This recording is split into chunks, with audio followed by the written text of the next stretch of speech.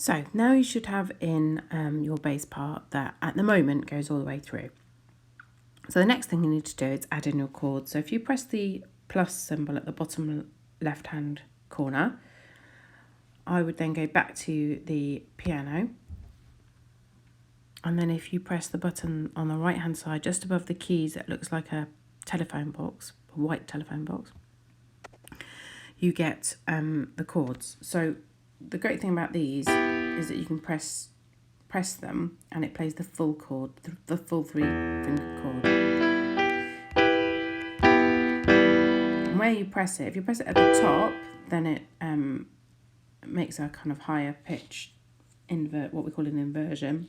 And then if you play it at the bottom, it makes a lower pitch, different inversion. Now what you need to do is set up your chords so that you've got the right chords that you need. So for that, you press the cog in the top right hand corner and you'll see that there's a little blue, it should be blue, hopefully highlighted, saying edit chords. So what you need to do is you need to make sure that your first one is the D major. Now if on your music it just says D, what that means is it's D major. Okay, so if they don't have an M after it, it means it's major. So D major is the first chord.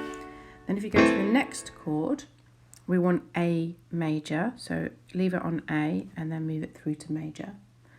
And the next one, we want B minor. So we scroll through, find B, leave it on minor there.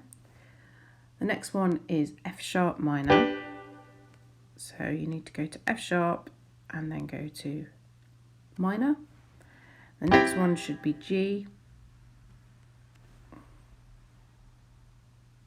And then you've got the D, you've got the G, and you've got the A. So you then don't need any more. Okay, so what then you need to do is practice playing these chords in order.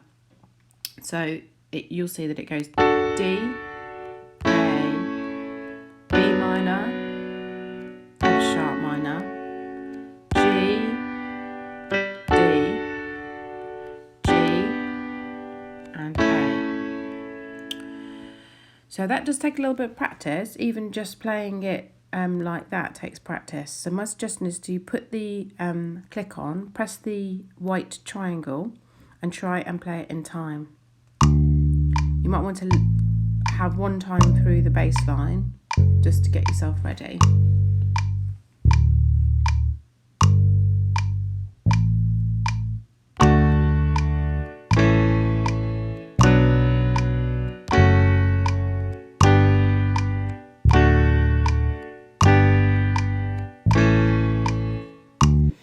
And at this point, once you've practiced it and you've learnt it, you can then decide where on the actual tab that you want to play. So whether you want to do it lower or higher.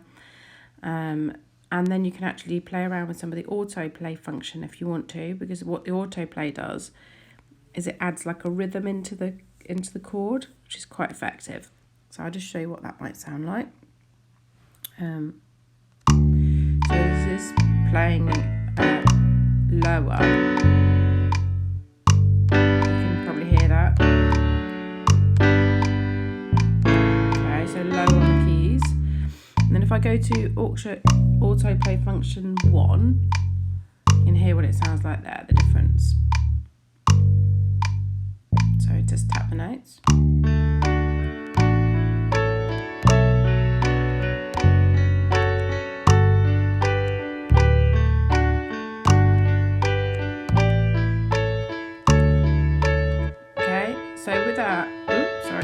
With that, you've got to be quite quick.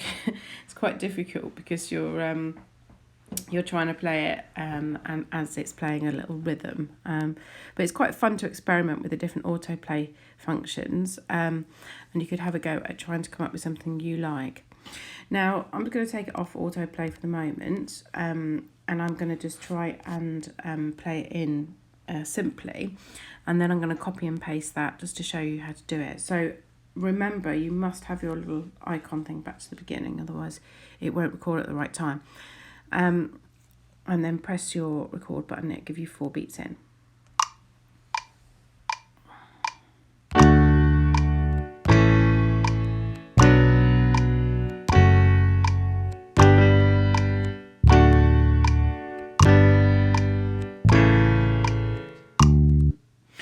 might find that that's a little bit too fast for you, and that's no problem. Do you remember that you can use the cog to take down the tempo to be even slower if you want to. Okay, so I'm going to press the brick wall to have a look at what I've done. I'm just going to check that by having a look at the edit. And what I'm looking for is, do these notes, these green notes, do they line up with the front of each of my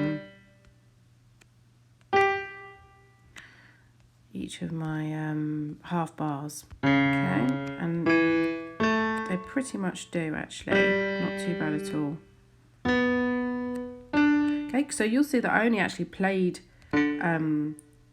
one note there at a time, but what they've actually done, you know, the Garageband is it's actually played in 3 notes for you, so it's quite clever like that. And then what you can do is decide where you want it to be. So you might want to move it so that you've got 4 bars of bass line, and then you might want to decide to copy and paste that a few times just to have it going over. Just paste it. And then the good thing is that once you've done that with the copy and paste, it means that then if you decide, oh, I want the chords to drop out at bar 13, then that's easy to do that, isn't it? Rather than with the loop, it's hard to then cut it back up again and copy things out.